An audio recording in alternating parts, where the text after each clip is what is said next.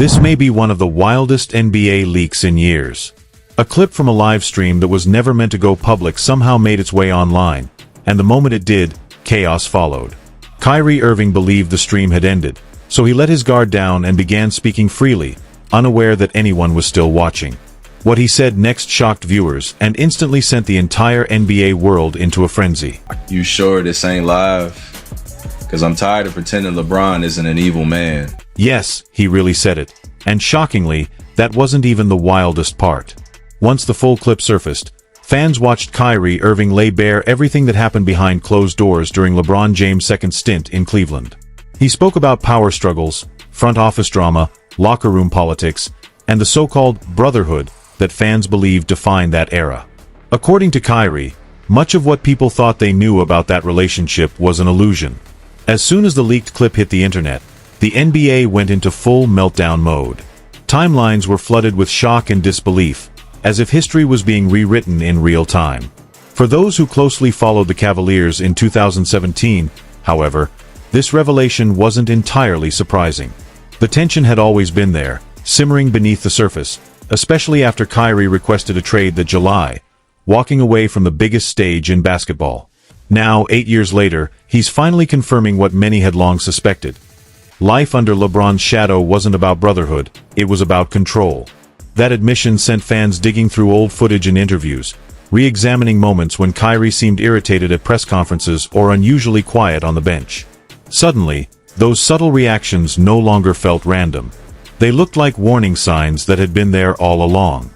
Circumstances or... Don't none of us get a pass tonight. It's not just Kyrie. Remember when someone once suggested that LeBron was like a father figure to Kyrie, and Kyrie immediately shut that idea down? That moment feels very different now. At the time, it seemed awkward or easily dismissed, but in hindsight, it perfectly captures the tension beneath the surface. What once looked like an overreaction now reads as an honest glimpse into how Kyrie truly felt, long before he ever said it out loud. Because that question was crazy. When somebody asked me if LeBron was like a father figure to me, bro, that was crazy, bro. No kizzy. That was a crazy-ass question. He's like a few years older than me. Soon, fans began rewatching everything. Every handshake, every smirk, every sideline glance. And what once seemed meaningless suddenly looked like pieces of a puzzle nobody had noticed before. By the time the Twitter meltdown died down, one thing was undeniable. Kyrie Irving was never just LeBron's sidekick. He was always that guy, a star on his own terms, long before any LeBron-related drama ever existed. And let's be real, LeBron fans love to downplay Kyrie's role in those finals, but anyone who watched Game 7 in 2016 knows the truth. Kyrie hit the shot, the cold-blooded three-pointer that sealed the win against the Warriors and delivered LeBron his third ring. Without that moment, the legacy conversation would sound very different today. Let's not act like Kyrie wasn't playing at the same level that Bron was playing at in that run. So Kyrie saved his ass because Bron sat his scary ass in the fucking corner and said, "Here, Kyrie, in the game. I'ma go sit on the side. Here, Kyrie, do it for me." To truly understand how all of this tension built up, you have to rewind to 2011, when Kyrie Irving first stepped onto the hardwood in Cleveland. This was before the hype, before the trades, and before LeBron's return. Back then, Kyrie was the city's golden child, the face of a new era and the symbol of hope for a franchise desperate for direction. Those early moments set the foundation for everything that followed. Kyrie knows the clock, sends it. Got it, Kyrie Irving! At the horn! Fans adored him, teammates respected him, and his fearless energy quickly made him the face of the franchise. Kyrie wasn't chasing clout or trying to stack super teams. He wasn't focused on controlling narratives or playing politics behind the scenes. At that point in his career, he was simply about the game, carrying himself like a star who let his talent speak for itself. This whole celebrity idea is eroding. The whole fame idea is eroding. That's sold to us, y'all. You got people out here that are human, that are acting every day of their life. They're not even real. He was just hooping. Pure skill, pure grind, pure passion. No noise and no drama. When Cleveland drafted Kyrie Irving first overall in June 2011, the city erupted. After years of disappointment, the Cavaliers finally had hope again, and Kyrie gave fans something real to believe in. Coming out of Duke after a short but electric stint, he looked ready for the spotlight from day one. As a rookie, Kyrie averaged 5 points, 4 assists, and 7 rebounds while shooting nearly 47% from the field and close to 40% from three. Those weren't normal rookie numbers. They were future superstar numbers. So when he won the 2012 NBA Rookie of the Year award, earning 117 out of 121 first-place votes, it came as no surprise. It felt inevitable. Over the next few seasons, 2012, 2013, and 2014, Kyrie just kept leveling up. He dropped 5 points one year, 8 the next, constantly improving and making headlines with his skill. By 2014, nobody dared call him a rookie anymore. At the All-Star game that year, he exploded for 31 points and 14 assists, then walked away with the MVP trophy like it was light work. What truly set Kyrie apart wasn't just his handles or his jumper, it was his mindset. He didn't chase validation, leak drama, or stir chaos. He simply worked. Reports from his high school days through his early NBA years painted the same picture. A humble, focused player who didn't need the spotlight, just the ball. His father drilled that mentality into him early with a message Kyrie never forgot: "You've got a Bentley engine. If you don't go, the team doesn't go." Kyrie carried that approach into the league. Work hard, stay low-key, and let your game speak. To the Cavaliers, he wasn't just another guard. He was the guy. The foundation. The piece everything was being built around. For a while, that's exactly who he was. A young king in Cleveland, untouched and unstoppable. Before the noise, before LeBron's return, before the headlines turned toxic, Kyrie was already carving his name into the league one game at a time. He wasn't chasing fame or clout, and that's what made him the perfect star for Cleveland. He didn't need flashy headlines, fake friendships, or media narratives to boost his name. He just wanted to hoop, clean and pure. A kid with unreal handles, a deadly jumper, and enough heart to make an entire city believe again. By 2014, Kyrie had paid his dues and earned his crown. He was an all-star, a franchise centerpiece, and the heart and soul of Cleveland basketball. Then, overnight, everything changed. Just when the city was fully behind him and his legacy was growing quietly but steadily, LeBron James decided he was coming home. For years after leaving Cleveland to chase superstardom elsewhere, he returned without warning. No phone call. No message to Kyrie. Nothing. One moment, the Cavaliers were Kyrie's team. The next, they became LeBron's world. The moment the "I'm coming home" announcement dropped, the entire Cavs universe flipped upside down. And here's the wild part. Kyrie found out the same way everyone else did, scrolling through his phone. Imagine that. You're the face of a franchise, and you learn your entire future just changed from a tweet. I had no idea, man. I found out that Bron was coming back like the rest of you guys. Rest of you guys in the world. I had no inclination. I had no time to prepare. It's not that it was on my bingo card, like, hey, I'm going to spend my career playing with Bron. Like, I had no idea, guys. The team Kyrie had built brick by brick was no longer his. In an instant, he went from franchise star to sidekick, and everything shifted. The front office began bending to LeBron's every move. Coaches reshaped their game plans around him, and media outlets flipped their storylines overnight. All eyes were suddenly on the king. His PR machine, brand team, and media connections flooded the organization, and the entire identity of the Cavaliers changed in a heartbeat. Every time you play with Bron, it's going to be a lot of media attention. It's going to be a lot of back and forth of narratives. It's going to be about a lot of spun narratives. It's going to be a lot of politics. Suddenly, the Cleveland Cavaliers were no longer just a basketball team. They became a stage for one man's legacy tour. The spotlight followed LeBron everywhere. Kyrie kept hooping with the same elite skill, focus, and work ethic, but the world around him had completely changed. LeBron didn't just bring his talent back to Cleveland. He brought an entirely different ecosystem with him. Hollywood connections, star-studded circles, A-list energy, and exclusive parties where NDAs were required just to walk through the door became part of the environment. It was a new kind of chaos. Big industry names started hovering around Cleveland, not because of basketball, but because of influence, power, and control. The team's vibe shifted. Less family, more business. Kyrie felt it immediately. The energy turned dark, artificial, and heavy, driven by image and optics instead of authenticity. Nothing felt real anymore. And his instincts weren't wrong. Years later, fans began digging and uncovering old photos and leaked clips showing LeBron at those same high-profile parties, including ones hosted by Diddy. That's when people started connecting the dots and realizing Kyrie may have seen the truth long before anyone else did.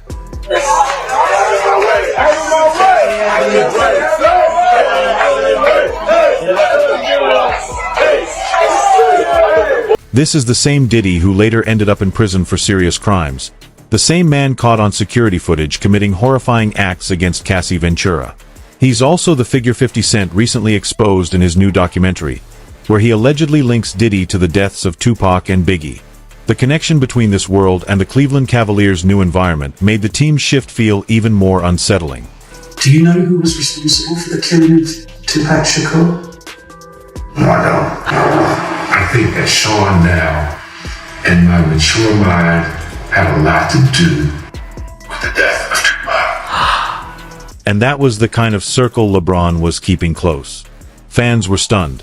It suddenly made perfect sense why Kyrie always looked uncomfortable in that world. He wasn't being difficult. He was protecting his peace. Kyrie saw the toxic energy long before the public did. He wasn't fragile or jealous. He was simply standing in an environment that had turned fake, performative, and power-hungry. From that point on, everything shifted for him. The organization, the media, even locker room talk, all revolved around LeBron's influence. For Kyrie, who had built his career on independence and authenticity, it felt suffocating. His frustration wasn't about losing attention. It was about losing identity. Kyrie had always been about energy, and when that energy got corrupted, he had no choice but to distance himself.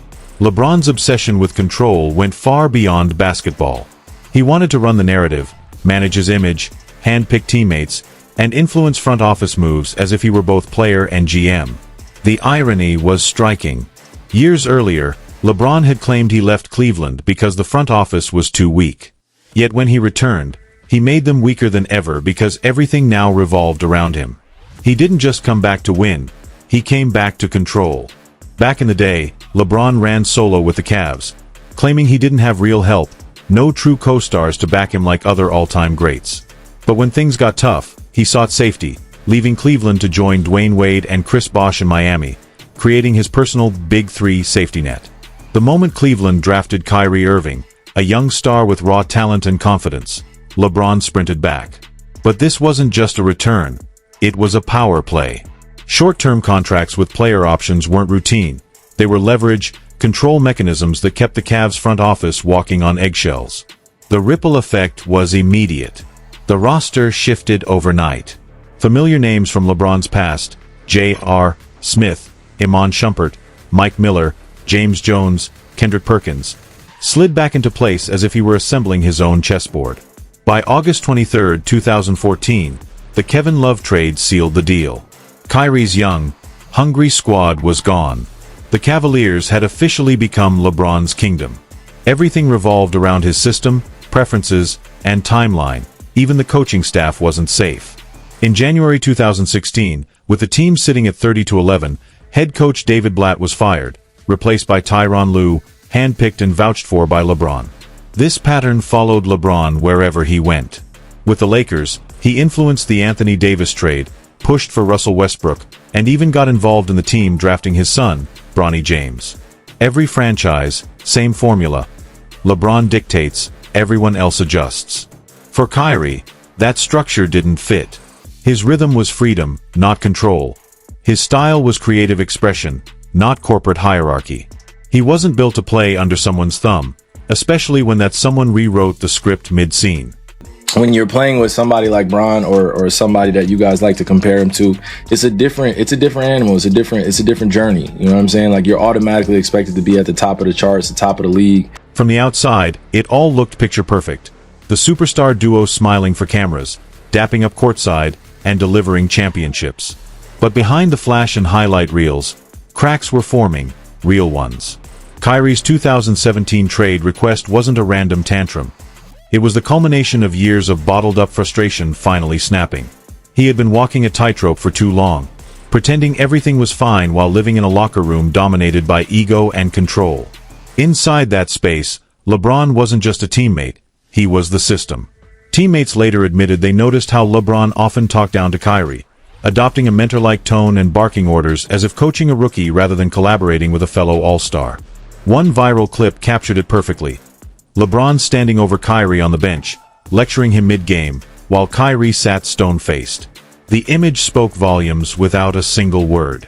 As we go back to Sage Steele in the studio. Hey, Mark, yeah, game 2 of our doubleheader is underway in Every time Kyrie stepped on the floor, he could feel it. The invisible line, the unspoken rule. LeBron first, everyone else second. That energy was heavy, almost tangible, filling every corner of the room. It wasn't a partnership, it was control. And that tension didn't stay in the locker room, it leaked into the media. LeBron wasn't just running plays on the court, he was playing mind games off it. Cryptic tweets, subtle interview lines, they weren't random. Statements like, "We need a playmaker" or "Some guys need to grow," were disguised public jabs. Kyrie hated it. The passive-aggressive remarks, the manipulation through headlines, the disrespect at the highest level. When LeBron called him a kid in that interview, saying he was just trying to help the kid be the best player he can be, Kyrie saw right through it. Try to do whatever I could do to help the kid out, be the best player he can be. Kyrie was done because he wasn't a rookie in need of guidance. He was a champion, an all-star, and one of the best guards in the league. So when trade rumors surfaced in 2017, it all finally made sense. Kyrie's decision wasn't about betrayal. It was about escape. I didn't leave Cleveland, I escaped it. Behind the scenes, the Cavaliers had secretly discussed trading Kyrie for Paul George, without ever telling him. Just like they had been to LeBron before, they were ready to use Kyrie as a pawn in the same game. So when Kyrie later said, "I didn't leave Cleveland. I escaped it," those words hit differently. It wasn't about running away. It was about breaking free from a system that had turned toxic, a place where his talent was respected, but his voice wasn't. When he learned the Cavs were plotting to trade him behind his back, the little trust he had left shattered instantly. And when the story hit the press, LeBron went into damage control, denying everything and pretending he had no idea, trying to save face publicly. But not everyone bought it. Stephen A. Smith came out swinging, insisting that LeBron did know, and that his first priority was protecting his image, not being honest. This is the kind of stuff that gets on my last damn nerves about LeBron. So now, months later, let's clean this up to the point where he looks totally innocent and all the, "I never wanted Kyrie to leave. That was never a part of the equation." Kyrie saw it all clearly. The proof was undeniable. He was never truly valued in that system. He was useful, but not respected. That's when he made the only move that made sense. He vanished. He didn't text LeBron, didn't call him, nothing. He simply ghosted and submitted his trade request. And honestly, who could blame him? The team had already pulled the same move on him twice before. Did you speak to LeBron James or talk to LeBron James before you and your representatives met with ownership and let them know that you wanted out? No. Why not? Why would I have to? To the public, Kyrie's departure from Cleveland may have looked cold or petty, but for him, it was pure survival. Behind the scenes, the Cavaliers had even discussed trading him for Paul George without telling him, proving he was useful but not respected. When he said, "I didn't leave Cleveland. I escaped it," it wasn't about running away. It was about breaking free from a toxic system built on image, control, and influence. Staying would have meant losing himself piece by piece. As soon as he left, reality hit Cleveland like a freight train. The team that looked like a dynasty immediately cracked. On August 22, 2017, Kyrie was traded to Boston for Isaiah Thomas, Jay Crowder, Ante Zizic, and the Nets' 2018 first-round pick. On paper, it seemed fine, but in reality, disaster followed. Thomas was injured, Crowder didn't fit, chemistry evaporated, and the team's rhythm collapsed. Kyrie had been the stabilizer. Without him, the Cavs' offense, once among the league's best, fell apart, their defense dropped to 29th, and their net rating plummeted. LeBron still performed at elite levels, but the trust, balance, and team chemistry he relied on vanished. The Cavs dragged through series, barely surviving, while locker room tensions grew, scapegoating Kevin Love and forcing a mid-season roster shakeup. The ripple effect spread across the Eastern Conference. Boston rose with Jason Tatum and Jaylen Brown. Toronto claimed the 2019 title. Milwaukee's rise began, and Philadelphia reloaded. The LeBron-Kyrie split didn't just end a partnership, it reshaped the NBA landscape.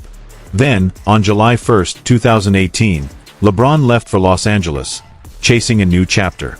The Cavs, stripped of structure and identity, collapsed. Their so-called LeBron-centric system had only worked because Kyrie balanced the chaos. Without him, it was smoke and mirrors. From that moment, their paths diverged. LeBron pursued Hollywood fame, movies, documentaries, and empire building, while Kyrie reclaimed his independence, energy, and control over his career. Kyrie rebuilt his narrative piece by piece, proving his worth on his own terms. By 2024, he thrived with the Dallas Mavericks, averaging 24.7 points, 4.8 rebounds, and 4.6 assists per game, shooting nearly 40% from three, still lethal in the clutch, and unmatched in skill. Beyond stats, Kyrie earned respect league-wide. Younger guards studied his footwork, pace, and mid-range game. In Dallas, he became the team's heart and soul, leading with discipline, calm, and focus, even through injuries. He turned down his player option to sign a 3-year, $119 million deal, signaling mutual trust. The Mavericks believed in him, and he finally believed in a franchise that valued him. March 2025 brought heartbreak with a torn ACL, ending his season, but it didn't erase what he had built, it amplified it. Kyrie emerged as a leader, a warrior, and a player who reclaimed his narrative on his own terms. This isn't just a basketball story, it's a comeback story. A man who left a toxic system, rebuilt his image, regained the respect of peers, and reminded the world that true greatness doesn't need a spotlight. It only needs conviction. Kyrie Irving finally got the respect he deserved, and while his story continues to evolve, one thing is clear: he did it on his own terms.